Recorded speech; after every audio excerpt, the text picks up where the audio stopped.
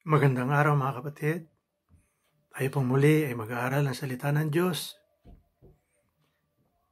na matatagpuan sa unang Pedro 3:18-22. Ang pamagat ng mensahe ay ang bautismong nagliligtas. Ang mga puntos ng mensahe: una, ang batayan ng bautismong nagliligtas, talatang 18. Pangalawa, ang paglalarawan ng bautismong nagliligtas, mga talatang 19 hanggang 22. Ganito po ang sinasabi. Verse 18, sapagkat si Kristo na walang kasalanan ay namatay ng minsan para sa inyo na mga makasalanan upang iharap kayo sa Diyos. Siya ay pinatay sa laman at muling binuhay sa Espiritu. Sa kalagayang ito nagpunta siya at nangaral sa mga espiritong nakabilanggo. Sila ang mga espiritong ayaw sumunod noong matiyagang nag-aantay ang Diyos ng panahon ni Noe, habang ginagawa nito ang daong. Doon ay ilang tao, 8 lamang ang nakaligtas sa tubig. Ang tubig ay larawan ng bautismo nagliligtas sa inyo ngayon. Hindi nito nililinis ang dumi ng katawan. Ito'y pangako sa Diyos, buhat sa isang malinis na budhi. Niligtas kayo ng bautismo sa pamamagitan ng muling pagkabuhay na muli ni Jesucristo. Na umakyat sa langit at ngayon nasa kanan ng Diyos. Naghahari siya roon sa mga anghel at sa mga kapangyarihan sa langit. Magandang balita, Biblia. Ang batayan ng ating kaligtasan ay walang iba kundi ang kamatayan at pagkabuhay na muli ng ating Panginoong Jesucristo. Sapagkat si Kristo na walang kasalanan ay namatay ng minsan para sa inyo na mga makasalanan upang iharap kayo sa Diyos. Siya ay pinatay sa laman at binuhay sa Espiritu. Talatang 18. Lahat ay nagkasala at walang sino mang nakaabot sa kalwalhatian ng Diyos. Roma 3:23. At ang lahat ay nasa ilalim ng sumpa. Galatia 3:10. Ngunit dahil sa kagandahang loob ng Diyos, inialay niya ang kanyang anak bilang handog upang sa pamamagitan ng kanyang dugo ay mapatawad ang kasalanan ng lahat ng sumasampalataya sa kanya. Roma 3:24-25. Dati tayo mga likas na makasalanan at kinapupuotahan ng Diyos. Subalit nilinis na tayo sa ating mga kasalanan upang iharap tayo sa Diyos na malinis, banal at matuwid sa pangalan ng Panginoong Jesucristo at sa pamamagitan ng Espiritu ng Diyos. Unang Korinto 6:9-11. Tayo naligtas dahil sa ating pakikipag-isa kay Kristo sa kanyang kamatayan at pagkabuhay na muli upang mamunong kasama niya sa kalangitan. Efeso 2:4-6.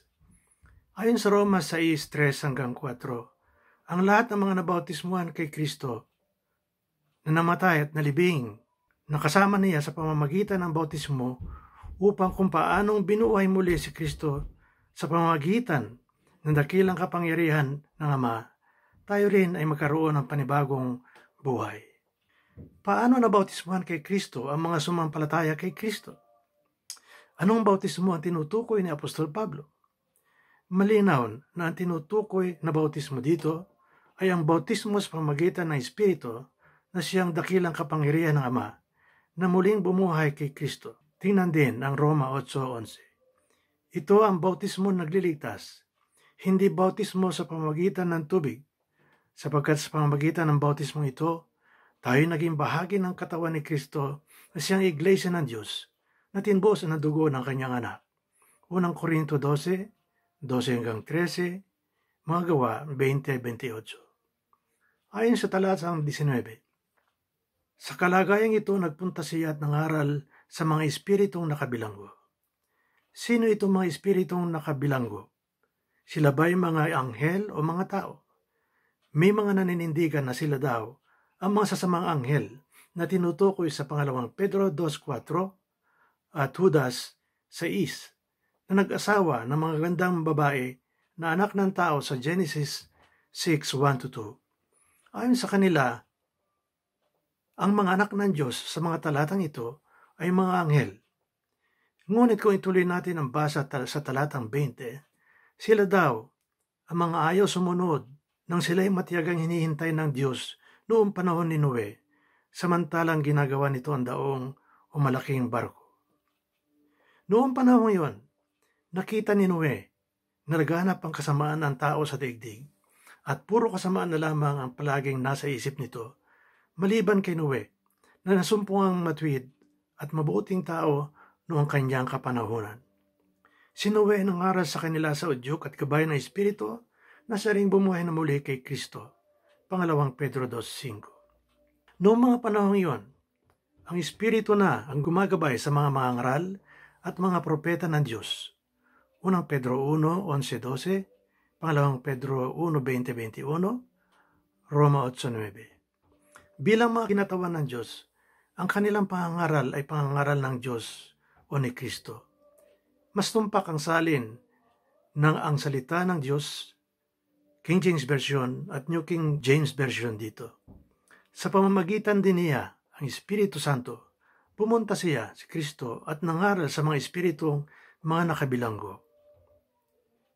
Hindi pinakinggan ng mga tao si Noe, kaya't nagpasya ang Diyos na lipulin ang lahat ng tao sa daigdig sa pamamagitan ng baha pagkatapos ng 120 taon na pagtitiyaga ng Diyos upang bigyan sila ng pagkakataong magsisi.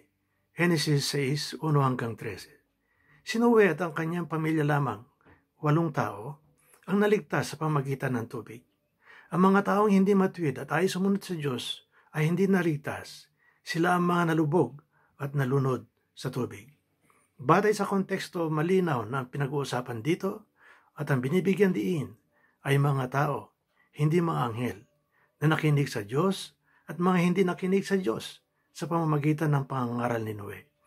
Mga taong naligtas sapagkat nasa loob ng daong at mga taong hindi naligtas sapagkat wala sa loob ng daong. Bakit tinawag ng mga espiritong nasa bilanggo ang mga tao noong panahon ni Noe? Ito ba ay literal o pisikal na bilangguan? Malinaw sa konteksto na hindi literal na bilangguan, kundi espiritual, sapagkat ang mga nakabilanggo ay mga espiritu. Hindi lamang mga anghel ang tinatawag ng Biblia na mga espiritu, kundi maging sa tao. Hebreo 12:9, 1 Juan 4:1-3. Ang salitang espiritu ang ginamit ni Pedro sapagkat ang mga espiritu lamang ang nakabilanggo, hindi ang kanilang mga katawan. Paano nakabilanggo ang espiritu ng tao?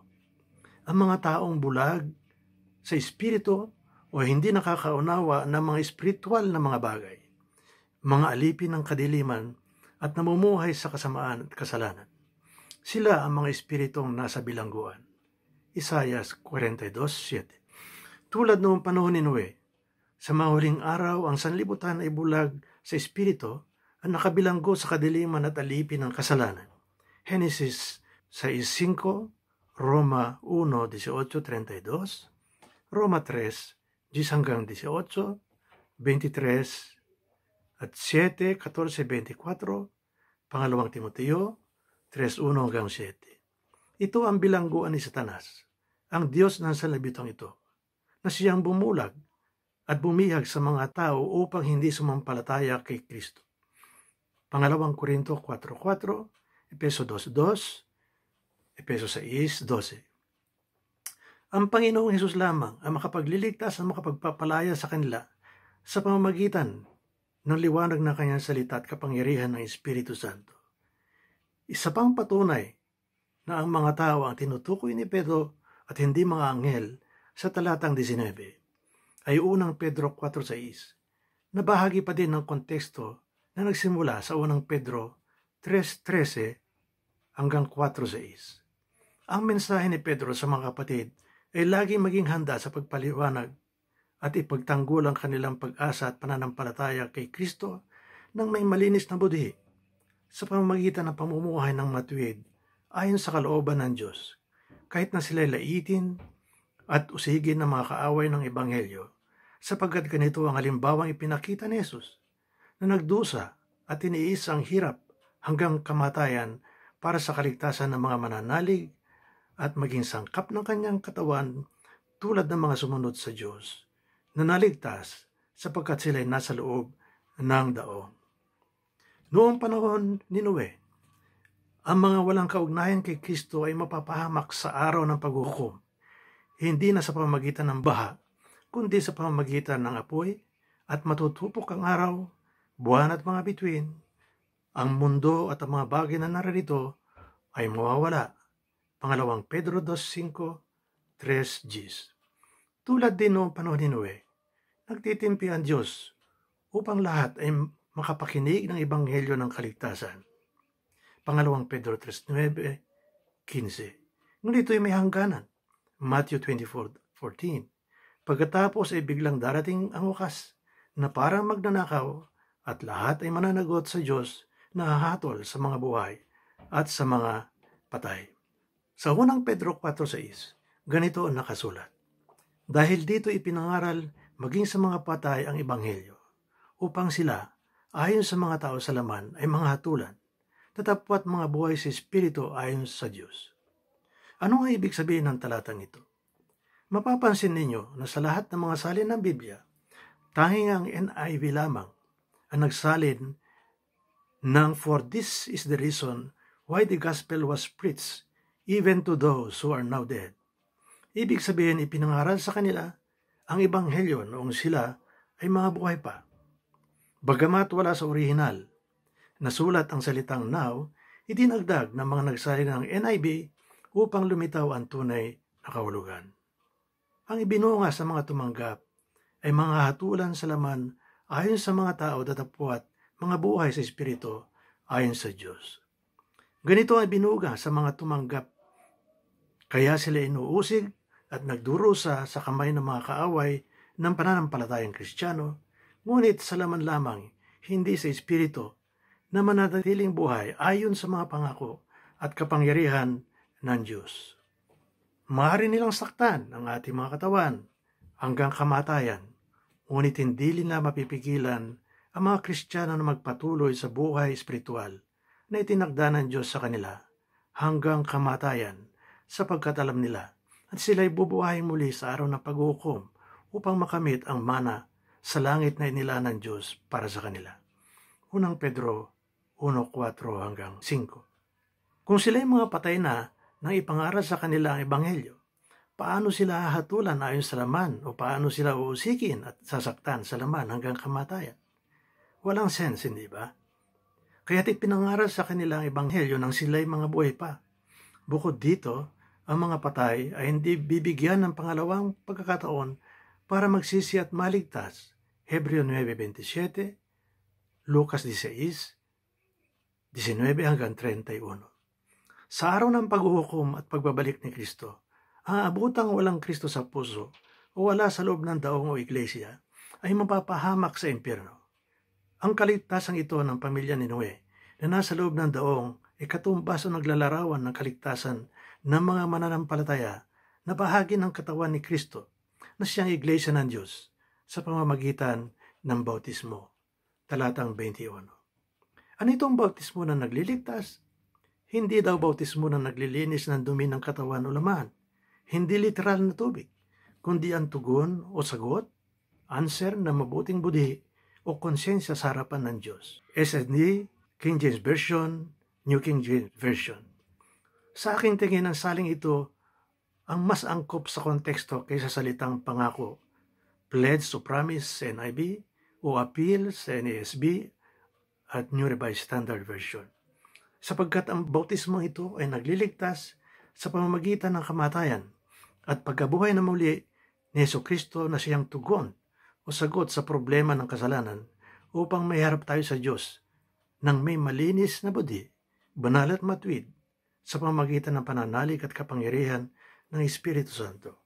Unang Korinto 6:11, Hebreo 19:22. Ang katawan ni Kristo na siyang iglesia, ang katumbas ng daong ni Noe, kailangan nasa loob o sangkap ka ng katawan upang maligtas. Paano nagiging sangkap ng katawan ni Kristo? Sa pamamagitan ng bautismo sa Espiritu.